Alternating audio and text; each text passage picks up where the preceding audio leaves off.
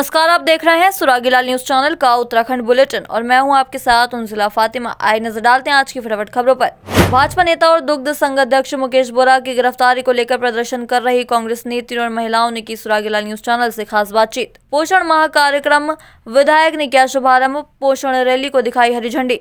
60 वर्ष पूर्ण होने पर विश्व हिंदू परिषद के द्वारा षष्ठी पूर्ति कार्यक्रम का हुआ आयोजन। एनएच से मलबा न हटाने पर लोगों में आक्रोश, प्रशासन से एनएच से मलबा हटाने की उठाए मांग। मुख्यमंत्री आवास कूच के लिए गुरिल्ले देहरादून को हुए रवाना, आर पार की लड़ेंगे लड़ाई। जिला जूजित्सु एसोसिएशन ऑफ उधम सिंह नगर के तत्वावधान में सम्मान समारोह कार्यक्रम का हुआ आयोजन। उत्तराखंड जल संस्थान में ठेके पर कार्यरत श्रमिकों ने खोला सरकार के खिलाफ मोर्चा। ग्रामीण बोले, आवारा मवेशियों को जल्द गौशाला पहुंचाया जाए, नहीं तो किया जाएगा आंदोलन। प्रधानाचार्य सीधी भर्ती परीक्षा को निरस्त करने की मांग को लेकर अब हजारों शिक्षक गए चौक डाउन हड़ताल पर। हल्द्वानी में कांग्रेस प्रदेश अध्यक्ष करण मेहरा का सरकार पर हमला। अल्मोड़ा में रेड क्रॉस सोसाइटी के वितरण कार्यक्रम का हुआ आयोजन। भारतीय जनता पार्टी की सदस्यता अभियान कार्यशाला का हुआ शुभारंभ। अब खबरें विस्तार से।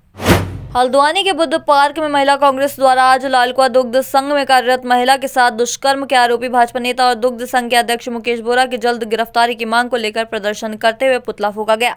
महिला कांग्रेस कार्यकर्ताओं ने तत्काल गिरफ्तारी की मांग करते हुए कहा कि यदि आरोपी वरिष्ठ भाजपा नेता की शीघ्र गिरफ्तारी नहीं हुई तो कांग्रेस पूरे प्रदेश में उग्र आंदोलन करेगी। वहीं इस पूरे मामले को लेकर हमारे संवाददाता दीपक अधिकारी ने प्रदर्शन कर रही कांग्रेस नेत्री और महिलाओं से खास बातचीत की। तो आइए सुनते हैं क्या हुई बातचीत।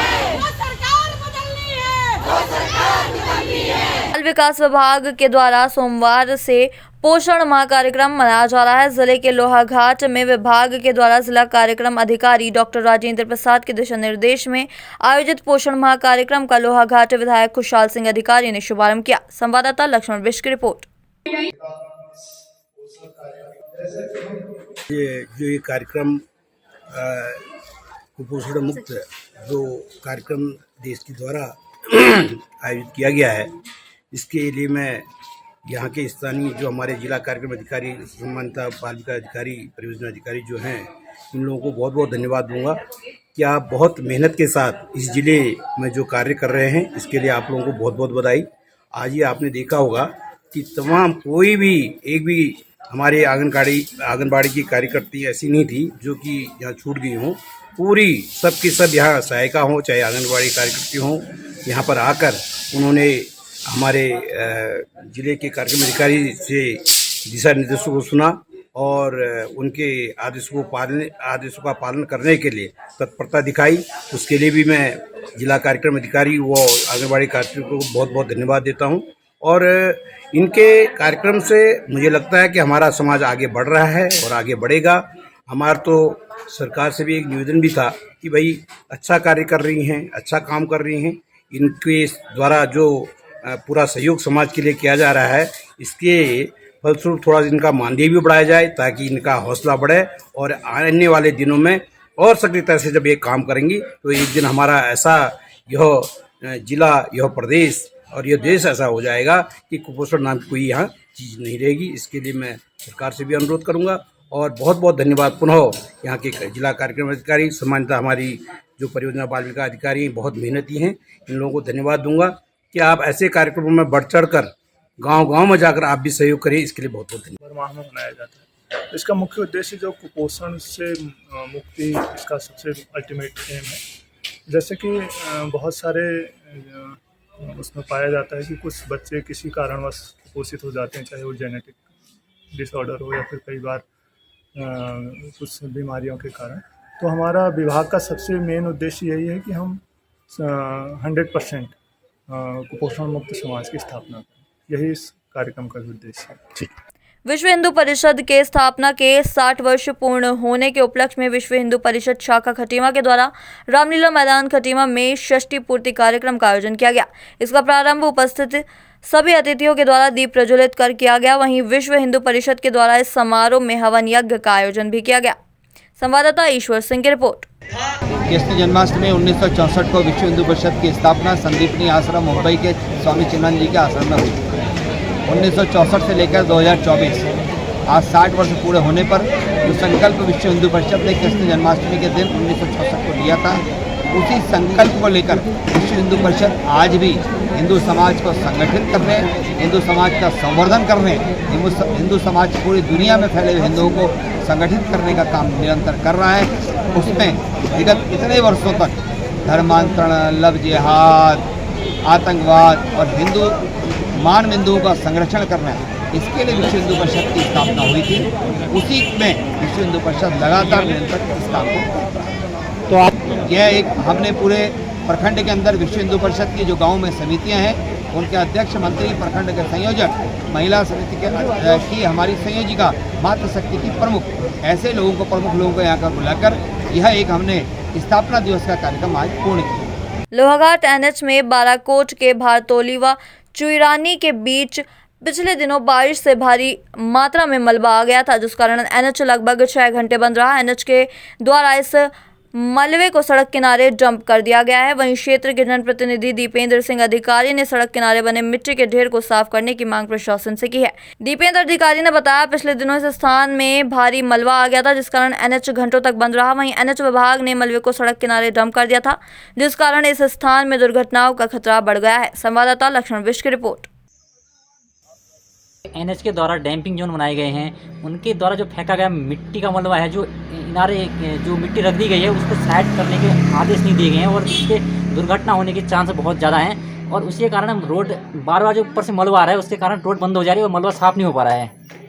और ये अनुरोध एनएच द्वारा अनुरोध ये करता हूँ कि वो मलबा जल्दी से जल्दी हटाने की कृपा करें। वो दुर्गा मंदिर धर्मशाला रुद्रपुर में कल जिला जूजित्सु एसोसिएशन ऑफ उधम सिंह नगर के तत्वावधान में सम्मान समारोह कार्यक्रम आयोजित किया गया, जिसमें खेल विभाग उत्तराखंड द्वारा जूजित्सु खिलाड़ियों को छात्रवृत्ति मिलने पर जिला जूजित्सु संघ के अध्यक्ष भारत भूषण चुग ने दोनों खिलाड़ियों को मिठाई खिलाकर सम्मानित करते हुए बधाई दी।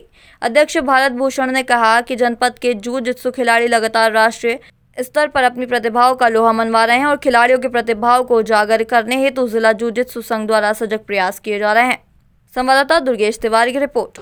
आज हम सब लोग जिला जूजित्सु एसोसिएशन की टीम की तरफ से सभी खिलाड़ी भी एकत्र हुए हैं। जो हमारे ही बीच के खिलाड़ी कमल सिंह, जिसने एशियन गेम्स चाइना में प्रतिभाग किया, उसको उत्तराखंड सरकार ने 7.5 लाख रुपए छात्रवृत्ति भी कह सकते हैं उसे, या खेल वृत्ति भी कह सकते हैं, स्कॉलरशिप वो दी है। और दूसरे हमारे इन्हीं बच्चों के बीच में से खिलाड़ी जय सिंह ने, जो एशियन चैम्पियनशिप थाईलैंड में आयोजित हुई, उसमें आपने कांस्य पदक जीता, तो 2.5 लाख रुपये आपको भी खेल निदेशालय उत्तराखंड द्वारा प्रदान किया गया है। आज हम दोनों खिलाड़ियों का, सभी खिलाड़ियों के साथ, पूरी फेडरेशन के साथ स्वागत कर रहे हैं और मैं सभी उम्मीद करता हूँ ये खिलाड़ी और भी आगे ओलंपिक तक भी जाएंगे और जितने हमारे खिलाड़ी यहाँ पर कोचिंग ले रहे हैं वो भी अपने भविष्य में आगे बढ़ेंगे। नौकरी व पेंशन की मांगों को लेकर गुरिल्ला प्रदेश संगठन के आह्वान पर 2 सितंबर को प्रदेश भर के गुरिल्लाओं का मुख्यमंत्री आवास कूच कार्यक्रम तथा अनिश्चितकालीन आंदोलन प्रस्तावित है। इस महाआंदोलन को लेकर रविवार को चंपावत जिले से बड़ी संख्या में गुरिल्ला देहरादून के लिए रवाना हो गए हैं, जिनमें बड़ी संख्या में महिला गुरिल्ला भी शामिल है। संवाददाता लक्ष्मण विश की रिपोर्ट। हम लोगों ने यह तय किया है कि इस समय जो है हमारा करो मरो वाला कार्यक्रम होगा, जिसमें हम लोग वहाँ से जब तक हमारी मांग पूरी नहीं होगी हम लोग उठेंगे नहीं। चंपावत जिले से जो है हम लोग 450 लोग चल रहे हैं। हम लोगों ने यह तय किया है कि जब तक हमारे, वैसे तो हमने यह तय किया हरिल में है तब तक है छोड़ेंगे। हमारे मंत्री से भी कह से कि हम चंपावत जिले का भी नाम हो जाए, क्योंकि हमारे जो मुख्यमंत्री जी हैं चंपावत जिले के हैं। हम लोगों ने यह तय किया है कि अगर हम लोगों को जल्दी से जल्दी हमारे इसमें कार्रवाई की जाए, क्योंकि 20 तारीख को हमारी वीडियो कॉन्फ्रेंसिंग हुई थी, उसमें भी मुख्यमंत्री जी ने कोई खास उसमें बात नहीं बन पाई। और उसके बाद हमारी जो है आपके हाईकोर्ट से भी फैसला प्राप्त हुआ था, उसके बाद भी हम लोगों को गुमराह किया है। सरकार ने हमें जो भी कुछ देना है, चाहे कुछ देना है, हमें कुछ चाहे हल्का मिले, कम मिले, चाहे ज़्यादा मिले, हमें देना, हमारे अधिकार देना है। हम लोगों ने यह तय किया है कि जब तक हमारा अधिकार हमें मिलेगा नहीं, वहाँ से हिलेंगे नहीं। और हम चंपावत जिले के कम से कम 450 लोग चल रहे हैं। हम लोगों ने यह तय किया है कि अपनी अगर वहाँ पर प्राण देने की नौबत भी आएगी, ये तो उसको देने के लिए भी तैयार रहेंगे। जो मतलब गुरिल्ला एकता की जो संगठन की, और हमें देहरादून जाके जो है हमें बिल मुख्यमंत्री से वातावरण करके और अपने के बारे में पूर्ण रूप से और एकता बन के और पूरा मांग करना। मांग क्या है आपकी? हमारी नौकरी है या पेंशन है? हमारी मांग 3 सूत्री मांग है। क्या क्या है? वैसे जो 45 साल से नीचे के बच्चे व्यक्तिगत जवान हैं उनको नौकरी दी जाए, और दूसरा ये था कि मतलब हमारे जो बुजुर्ग हो चुके हैं उनको पेंशन दे दी जाए। और तीसरा मांग हमारी ये है कि नहीं हो सकता तो हमें पूर्ण रूप से एक मुफ्त पैसा दिया जाए। चाहे तो एक साथ होनी चाहिए, सब लोग एक साथ बैठना ही नहीं चाहते। पापा, try this. लो, सब लपक लिए।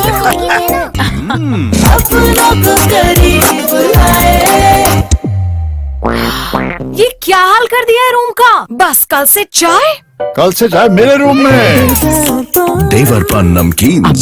उत्तराखंड जल संस्थान में ठेके पर कार्यरत श्रमिकों ने आज सरकार के खिलाफ मोर्चा खोल दिया है। आपको बता दें, हल्द्वानी में आज उत्तराखंड जल संस्थान संविदा श्रमिक संघ के बैनर तले 1 दिवसीय धरना प्रदर्शन कर श्रमिक सरकार पर जमकर बरसे और उन्होंने सरकार से विभागीय संविदा देने की मांग की।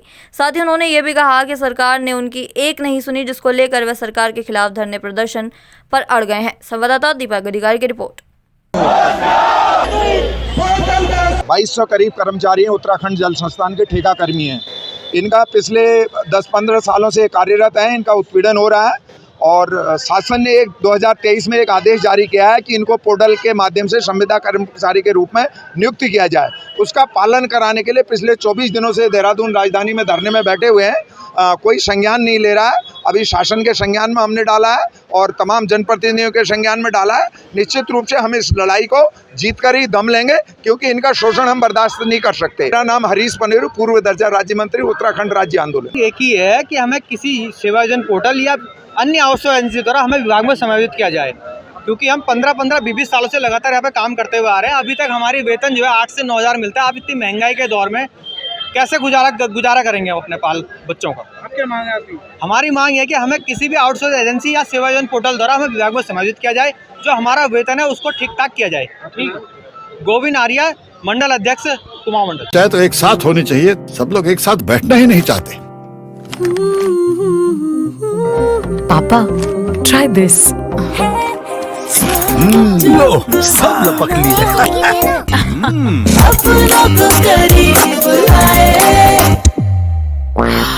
ये क्या हाल कर दिया है रूम का? बस कल से चाय। कल से चाय मेरे रूम में। देवर पान नमकीन।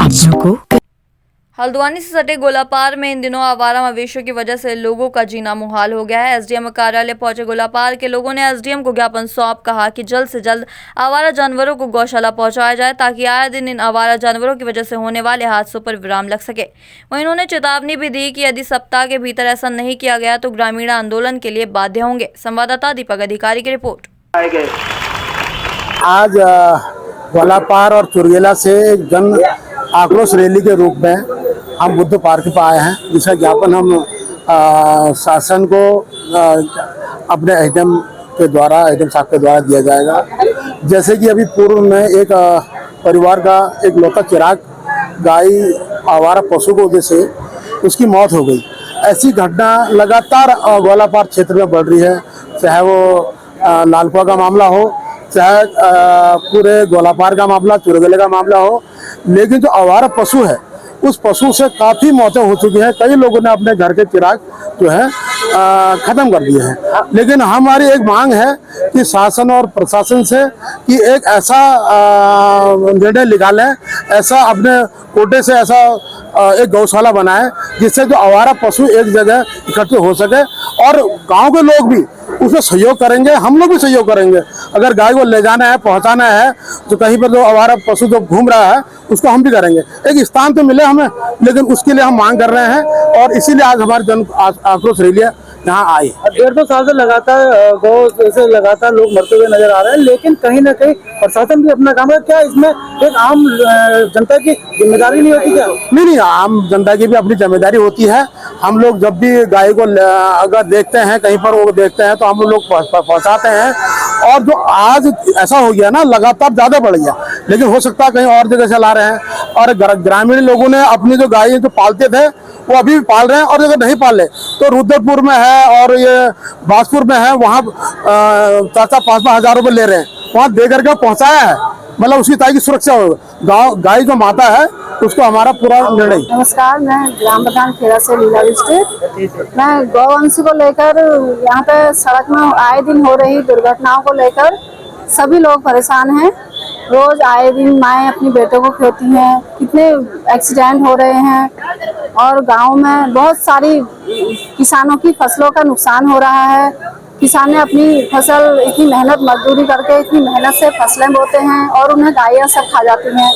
इससे बहुत परेशान है और हम ये कहना चाहेंगे कि एक गौशाला का अगर निर्माण हो जाता तो इसमें सभी गाँव माता का भी अच्छा हो जाता और इंसान जो अपनी जानें गंवा रहे हैं उनका भी बहुत फायदा होता है। देखिए, जिस तरीके से गौ माता को हम लोग एक माता मानते हैं, गौ माता की पूजा की जाती थी शुरू से और गौ माता के अंदर 34 करोड़ देवी देवताओं का वास होता है और आज मजबूर होकर के हमें उसी गौ माता को कभी मारना पड़ रहा है, कभी भगाना पड़ रहा है। वो इसलिए क्योंकि आज आवारा पशुओं से किसी माँ को अपने बेटे की जान, मतलब किसी बेटा खो रही है अपनी माताएं, और कोई फसलों का, देखो आए दिन फसलों का नुकसान हो रहा है। किसानों को इतनी मेहनत करते हैं और आवारा पशु आकर के उस फसल को खा लेते हैं तो उन किसानों का बहुत नुकसान होता है।